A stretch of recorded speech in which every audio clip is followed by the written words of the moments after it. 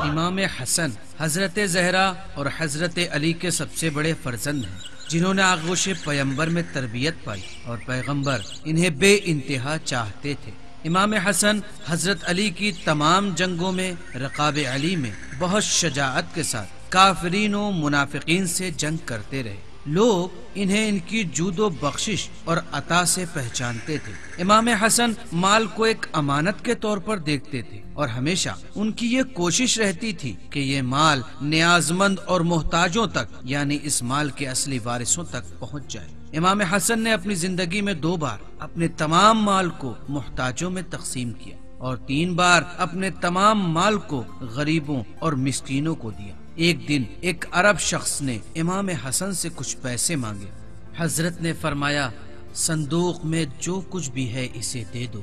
اے آقا، آپ نے مجھے اجازت نہ دی میں آپ کو بتاؤں کہ مجھے کتنے پیسوں کی ضرورت ہے۔ امام نے فرمایا، کس لیے بتانا چاہتے ہو؟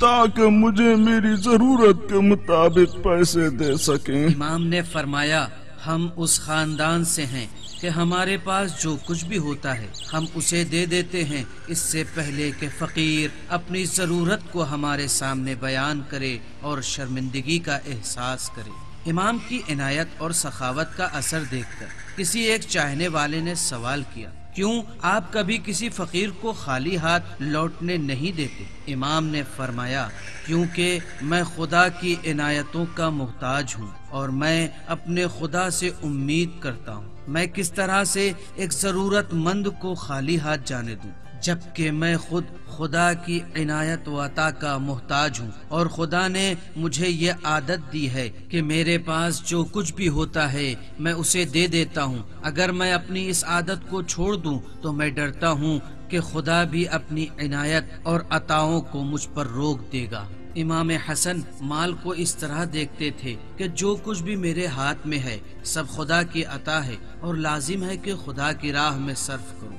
وہ مال جمع کرنے کو نہیں مانتے تھے اور فقیروں اور مسکینوں کی بہت عزت کرتے تھے کہ اس کے بارے میں بہت ساری روایتیں وارد ہوئی ہیں۔ لیکن افسوس کہ کچھ لوگ امام پر کمزور ہونے کی تہمت لگاتے ہیں کہ کیوں امام نے معاویہ کے ساتھ صلح کی، جبکہ وہ لوگ اس بات سے بے خبر ہیں کہ صلح دین، اسلام اور چند شیعان اہل بیت جو اس زمانے میں زندگی بسر کرتے تھے ان کی حفاظت کا سبب بنی، اور اگر معاویہ کے ساتھ امام جنگ کو نہیں روکتے تو دین اسلام اور محبان اسلام سب ختم ہو جاتے اور پھر اسلام کا کوئی نام لینے والا نہ ہوتا۔ اور یہی صلح باعث بنی کہ امام اسلام کی بہتر تبلیغ کر سکے اور واقعہ کربلا کے لیے لوگوں کو آمادہ کر سکے۔ امام کے کسی چاہنے والے نے امام سے صلح کے بارے میں سوال کیا۔ حضرت نے فرمایا، معاویہ سے صلح کی وجہ یہ تھی کہ میں چاہتا تھا کہ جنگ اور قتل و غارت کو تم شیعوں سے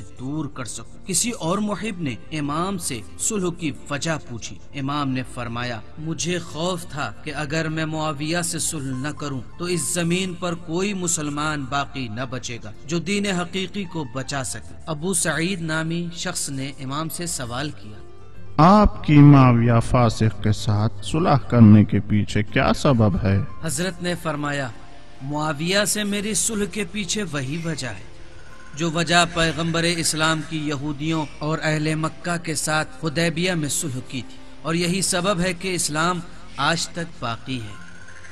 حضرت کی صلح کی وجہ سے معاویہ کا اصلی چہرہ یعنی جو خلاف دین تھا سب کے سامنے آ گیا اور سب کو معاویہ کی چال بازی سمجھ میں آ گئی، اور اگر امام نے اس وقت یہ عاقلانہ فیصلہ نہ لیا ہوتا تو پھر اسلام کا نام آج باقی نہ بچتا۔